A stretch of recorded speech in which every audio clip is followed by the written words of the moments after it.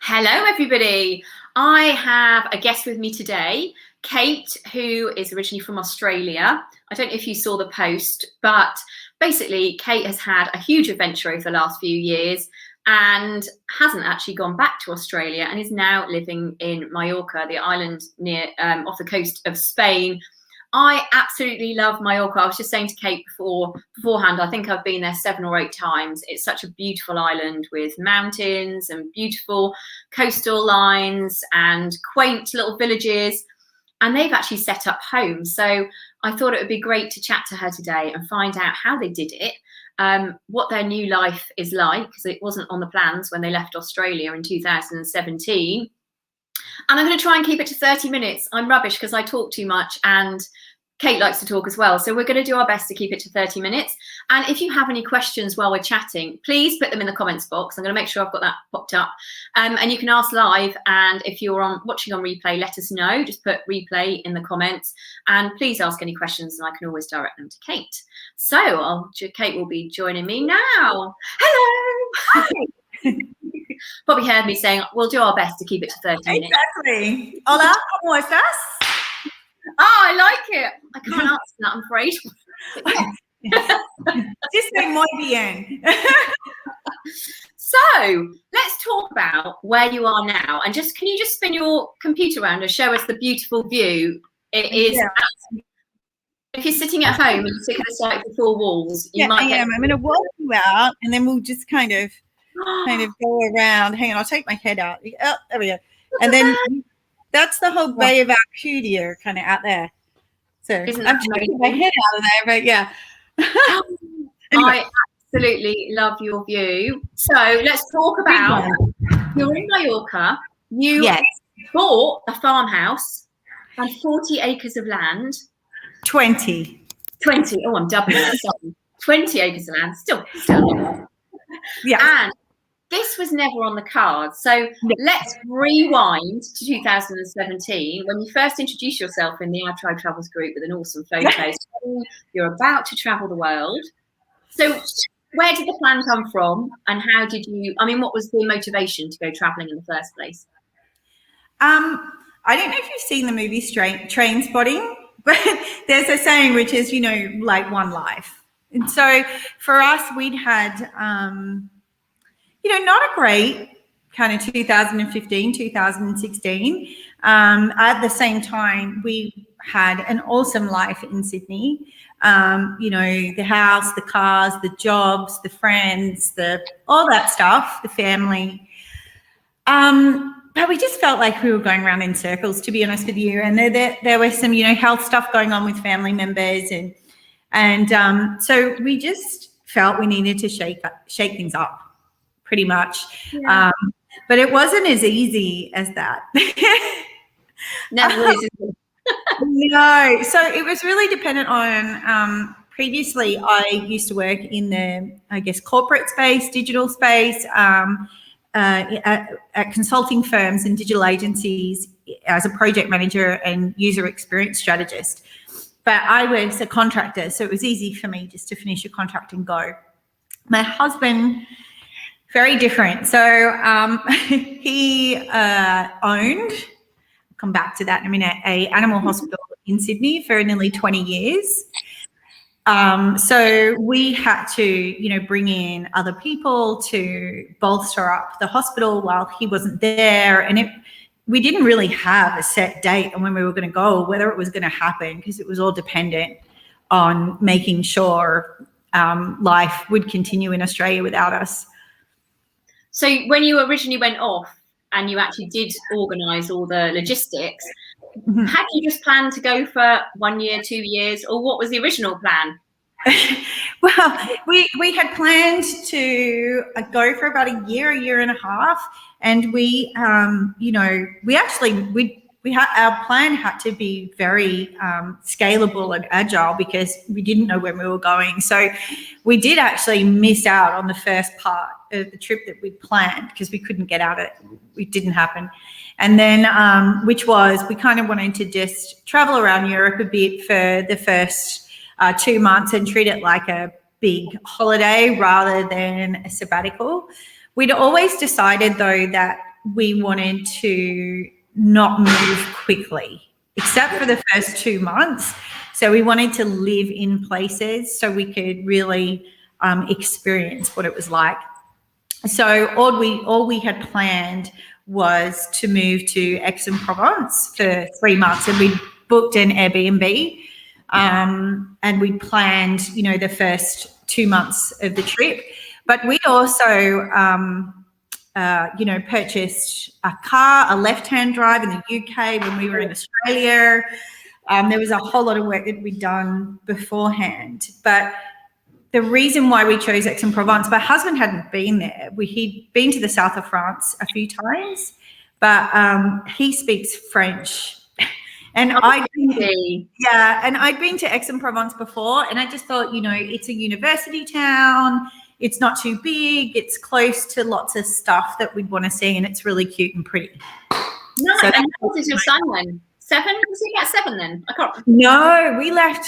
He was 4, nearly 5. Was he? Oh goodness me! It's 2017. It's quite a long time. Yeah, he's 8. So I think officially now he spent half of his life outside of Australia. Oh wow! Oh my gosh, time has flown. No, nearly something like that. So tell us about Spain, because Spain wasn't necessarily on the cards, was it? No. So what we planned is we kind of wanted to have these experiences. So we wanted to have a city experience, and we wanted to have a country experience, and we wanted to have a Provence experience. So originally we thought we would move to Paris for our city experience. And we'd been to Paris many times before, and we actually flew in there and stayed in a different area than we normally would have. And it was just too big for me. I knew that I would only stay in this one area, and I wouldn't, it was too overwhelming. It's a big city. Coming from Sydney, it's a big city. So what had happened was it was this winter that was really, really cold in Europe. So it snowed really early in France, and we were getting really cold, and we just kind of went, what's the warmest city in Europe? And that was Seville, and we'd never been there. I love Seville. We packed up our mighty Ford C-Max with our dog, by the way. Our dog had flown over by this point. Oh, I didn't realise that. Yeah, so she joined us. We rescued a greyhound while we were in Sydney, and she, I mean, obviously my husband's a vet, so animals, kids. In fact, I believe Nina's flight was more expensive than our son's. So she joined us when we were in France, and we packed up the Ford C-Max, and the kind of rule was, you know, if it didn't fit in the Ford C-Max, it wasn't coming. So we had like Vegemite jars shoved in like the door slips, and, you know, it was like Tetris, major. And then we took a couple of days to drive to Seville. And we'd gone through Airbnb to do that. And by the way, with the Airbnb stuff, we always negotiated. So we never just kind of took it. We contacted them and, you know, tried to do deals wherever we went. And we moved to Seville. And I mean, we just fell in love. Like, that place is still the best city we've ever been to. We loved it. We loved it. We lived right in Santa Cruz in Old Town, and Archie was actually in school in France as well, at a Montessori school in Provence. Didn't really work out so well, which is another reason we wanted to just get out of there. From our experience, teaching in France is very different to what we're used to. We're used to a lot of connection with the teacher and the child, which doesn't normally happen in our experience. So we had found a Montessori school, which is another reason we went, warmest city in Europe, let's go there. But it was all dependent in getting Archie into something, because he's an only child. Like, he needs interaction with other kids. So we found a really cute little Montessori school in Seville. And we used to we put our car in storage. We didn't use it at all. And we got bicycles, and we had the little seat on the back, and we used to just ride Archie to school every day through like Maria Louisa Park, and just every minute So it's just insanely beautiful. Amazing food. Sorry? Nice food there as well. Cheap. I'm a massive foodie, and normally I cook a lot at home, and it's cheaper for us to just, Archie would like have 1.5 tapper for dinner. Like, food up. So easy. And then we used to go to this pena. I think some of the members I've recommended of the group to go to this local pena for flamenco in the Macarena district. It's not a tourist place at all. It's kind of down like a dark alley. Oh, I've been to somewhere like it's literally down. Is it near the river? I can't remember, but it's like in a proper local area, and you feel like you're in like a working men's club equivalent. Yeah, and it's got like little plaques on the chairs, and it's really tiny, and wine's like €1 and tapas. Well, it might not be the same one, but I've been somewhere in Seville, which sounds very similar. It was like amazing. €3 entry kind of business. Yeah. Super cool. So we would go there every Wednesday night, and we had a babysitter for Archie, which is good. Then we decided to stay longer. So when you're supposed to be there 3 months, I think we ended up being there 6. And then we moved house, still in Santa Cruz. And my husband had to go back to Australia for work for 2 months. But I still ended up being able to go to flamenco every Wednesday because my neighbor, who was a nana who lived upstairs, she would just take the baby monitor. I'd put my son to bed, and perfect. I'd ride my bicycle, watch flamenco, and come home. Oh, nice. Yeah. So actually, I have a question for you, because we have obviously loads of families in the group who plan long-term travel. Yeah. And I think often people say, what's the biggest mistake you made? And a lot of families say we've tried to cram too much in. So in a way, you're doing the opposite. Complete opposite. So what for you has been the biggest benefit of actually just thinking, I only want to go to 2 or 3 places and just really immerse myself in that locality? So what for you has stood out? The connections with people that I've made, really understanding not just, I guess, the personality of the people as a whole, but really getting under the cover. And, little things like if once you get to know Andalusian people, they're like my favorite Spanish people, by the way. They are just so chilled out. There's a saying in Andalusia that you never see anybody running for a bus. Because why would you run for a bus? You just sit down and wait for the next one. Like this kind of, I mean, also they speak differently too. Like they speak Castellano, but the dialect is completely different, which suited me because, like instead of saying adios, they just say adios, hasta luego. They're super chill. They're like Aussies. They're like Aussies in fact. It's great. So yeah, that would be the main thing that, you get to really understand a much deeper connection with the people. And I guess going to school meant that he was also getting those connections as well that he wouldn't normally have if you were moving every week or. Oh, yeah, correct. I mean, I just remember him hanging out with kids. And in fact, some of some members of OTT came over to Seville. And they sent their daughter to school with Archie. Oh, lovely. And it worked out we had friends in common in Sydney. Oh, yeah. Yeah. And but it was really cool. Like we'd catch up with other kids and, you just see them running around, like going orange hunting and, playing with all the kids in the playground, So how's his Spanish? I mean, he's pretty immersed in it. How's that coming along? When he needs something like a donut, it's perfect. Any other time, not so good. Well, I mean, he didn't have a great experience in France, and that really stunted his want to learn another language. And so the Spanish has come along slowly. We've gone backwards in our Spanish since moving to Mallorca, just because it's such an international island. And he does go to an English school here where they learn Spanish, obviously. Okay. So tell us about how you ended up in Mallorca. So from Seville. Because I just love that island so much. I'm so jealous. Pretty similar situation, right? We'd never been here before. And we had been to Ibiza, and that was not somewhere where we wanted to bring our child. So we were in Seville and we knew it was about to get really hot. In fact, it's coming up to our 3-year anniversary here at Easter. So we moved in Semana Santa, which is Easter in Spain. And we knew it was about to get hot in Seville. And when I say hot, I'm saying most days are 44, 45, and you're in a city. So it's stinking. Yeah. So we thought, hey, let's have our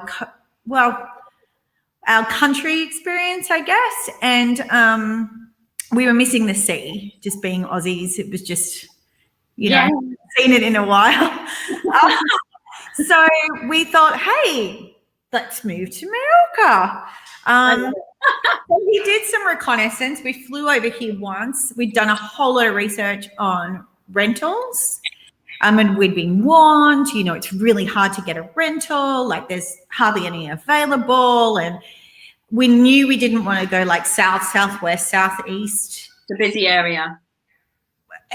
Or right near the coast. It just wasn't something, without sounding like an Australian snob, the beaches don't compare. Oh, sorry. They're beautiful here, but any Aussies in the group will get what I'm saying. So, but I'm not just saying that. I mean, I think it's that we didn't want to try and replicate something that we'd already experienced. So for us, one thing we don't get is quaint little villages and beautiful little countryside.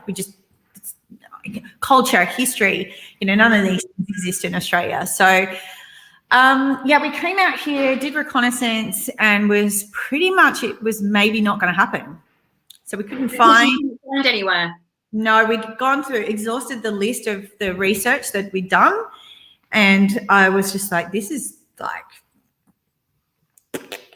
not good. The houses we looked at, because I have looked before, and they tend to be quite old and run down. So was that what you were experiencing? Expensive, and just a lot of the houses don't have heating here because they're holiday houses. With like views of power lines or airplane noise or just something. Okay. Anyway, we'd been told about this village to move to, which was Alaró, and there was just like nothing. We also didn't want to be in the pueblo, in the village. We wanted to be in the countryside. So as we were about to leave, we contacted a real estate agent that somehow didn't come up on our radar previously. And a house had come on the market an hour before we called. And we basically rented it sight unseen. We saw it out the front, but we couldn't even go in because the people were still living there. Wow, that's brave. Yeah. And then we came back to Seville, and the owner, when you rent a house here, the real estate agent doesn't do much. They're a facilitator basically. And you have the relationship with the owner. And he was like, who are these weirdos? They haven't even seen the house. So my husband had to fly back over and have a one-on-one meeting with him. I thought you were millionaires, or crazy, and just throw the money at it. So, and then it ended up being the most amazing house, the most amazing village. I'm so glad we spent our first year there.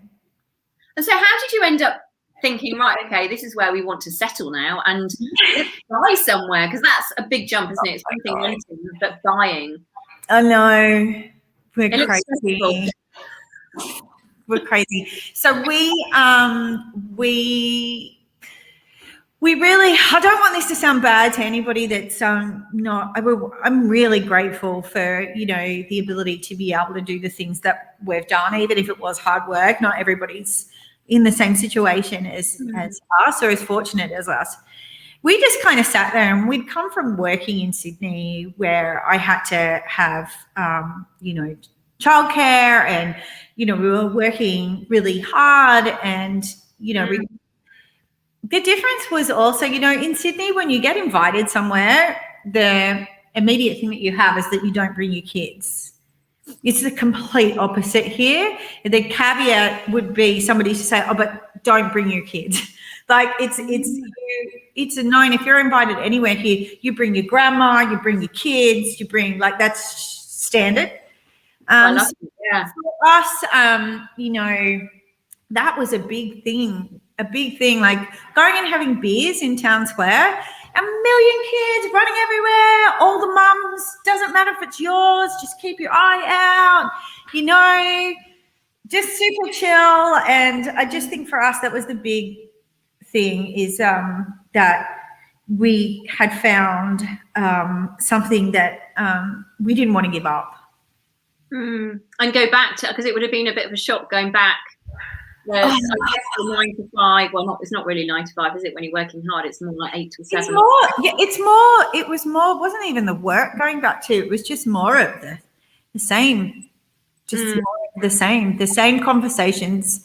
I love my friends. I love my family, but just, you know, we felt, for us, there's nothing wrong with that, right?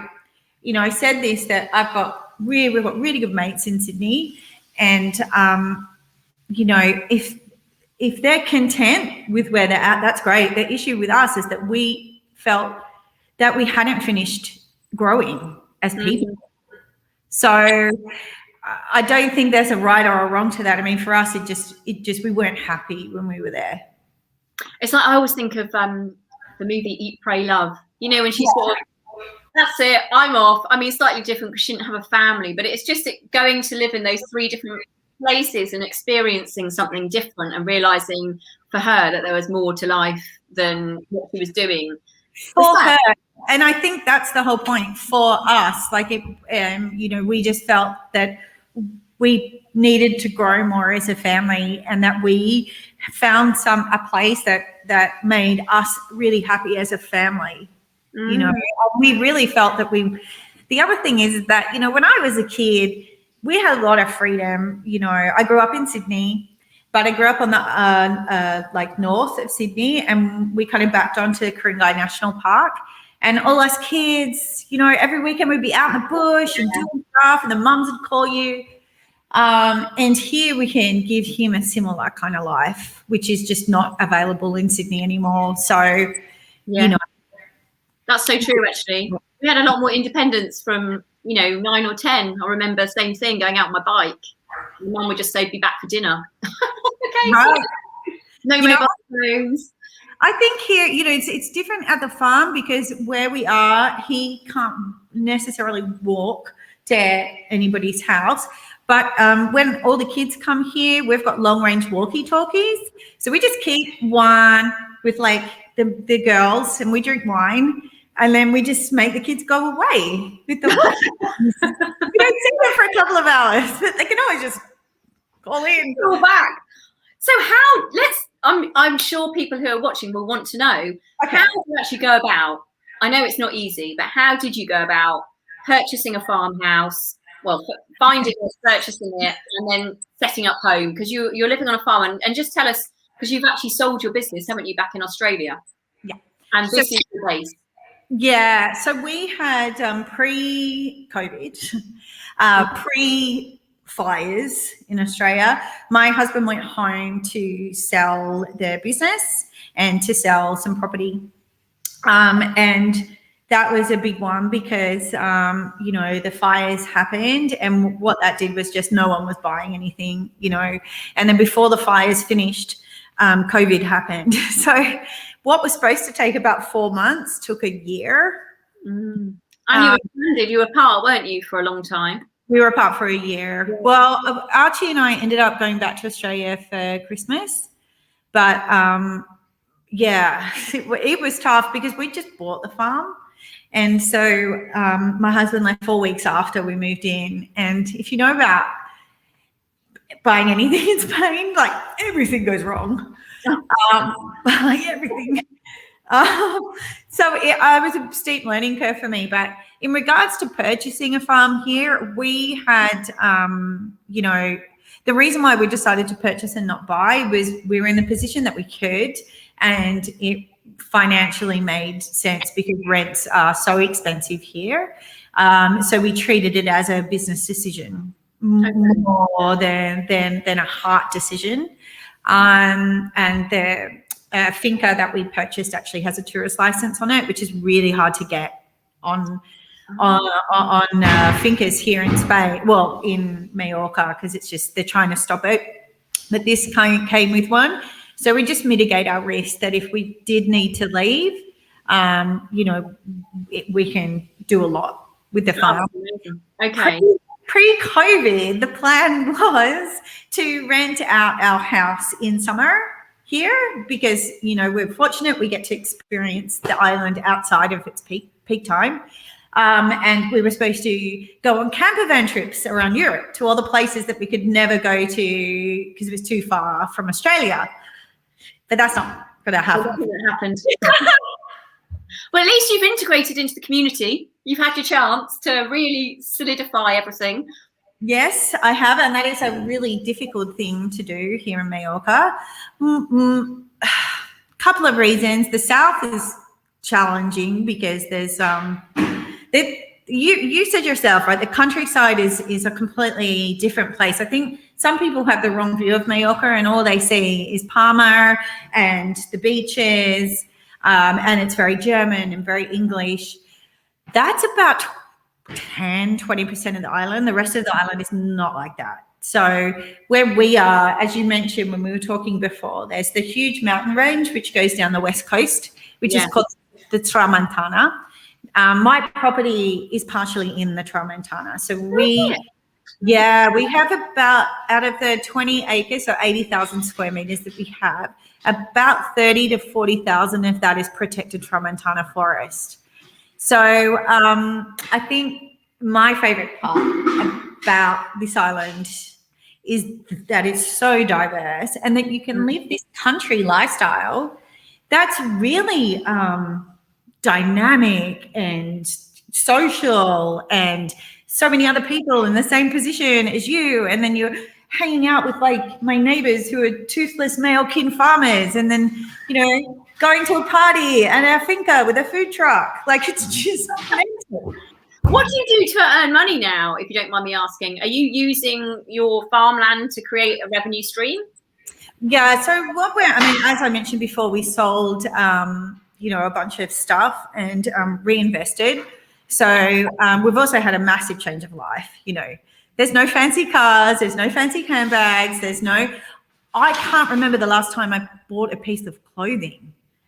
So, it's really changed. And so we live off our investment and are currently working on creating passive income streams from the farm at the moment. So looking at other high yield crops, I'm learning a lot. That's probably so different from what you did, digital marketing. Like, after this interview, I've got to go down and fix a sheep fence because something.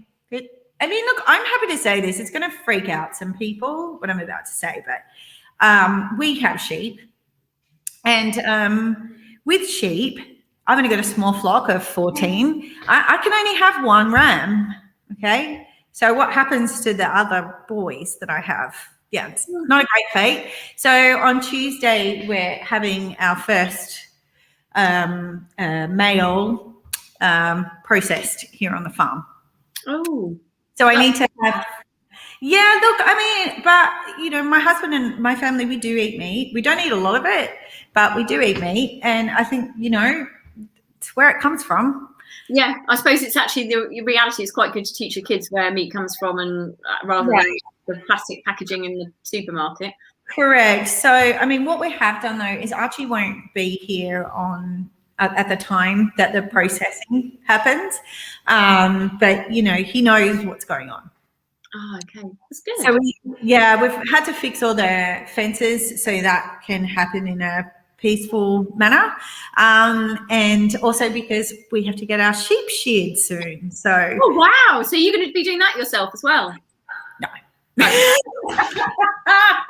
Thought it was one of your new skills. And I'm also not doing the processing. I will be doing the butchering, but I'm going to make myself watch the processing because I think I've got to put on my big girl pants and be a proper farmer.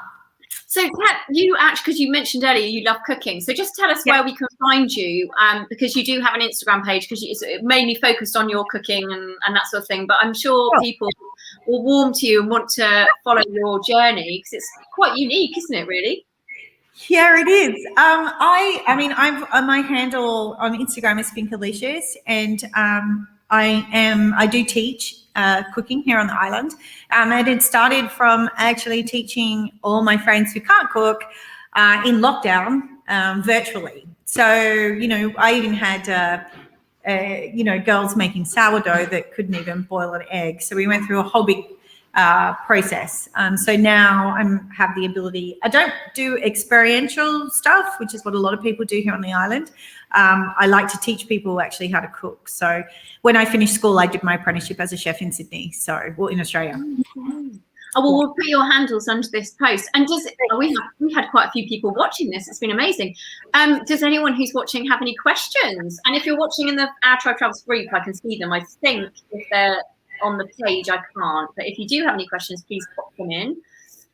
It's been so lovely chatting to you. I have to say, I'm so jealous of that view. I mean, does it feel worth it now? I mean, it's obviously hasn't been easy. It hasn't been easy. It hasn't been easy the last year. COVID just, my husband and I, it's the first time that we've fought, I guess when you follow your instinct in life, if the universe just keeps throwing you roadblocks, you usually go, well, maybe I'm not taking the right direction. But we just felt in our hearts that we pushed through, but it was probably the hardest thing as a family we've ever done. But now look at your life, and I mean, it's not going to be, smooth sailing, but you've actually created something that's so unique. And I know that so many families are going to get inspiration from this. So yes, if you're watching this, sorry. I was just going to say, I think for us as well, it was just also future-proofing our son's future and creating him. We are looking at a whole lot of sustainability practices here to implement, and hopefully within 5 years we should be fully self-sufficient and have passive income streams that should last about 30 or 40 years. So we've secured our son's future. Oh, thank you so much for talking to me. That's awesome. An amazing story. Thank you. Right, if anyone has any questions on replay, please pop them in the comments, even if you're watching on replay, because I can direct them to Kate. And also, I will put in your handles underneath this post. Cool, and hopefully, OTT group, if anybody makes it to Mallorca, come on over. So, you'll be inundated. I've already said to you, haven't I? I'm coming over next year. Got lots of work. We'll all do our bit. It'll be a community project. Take care. Bye.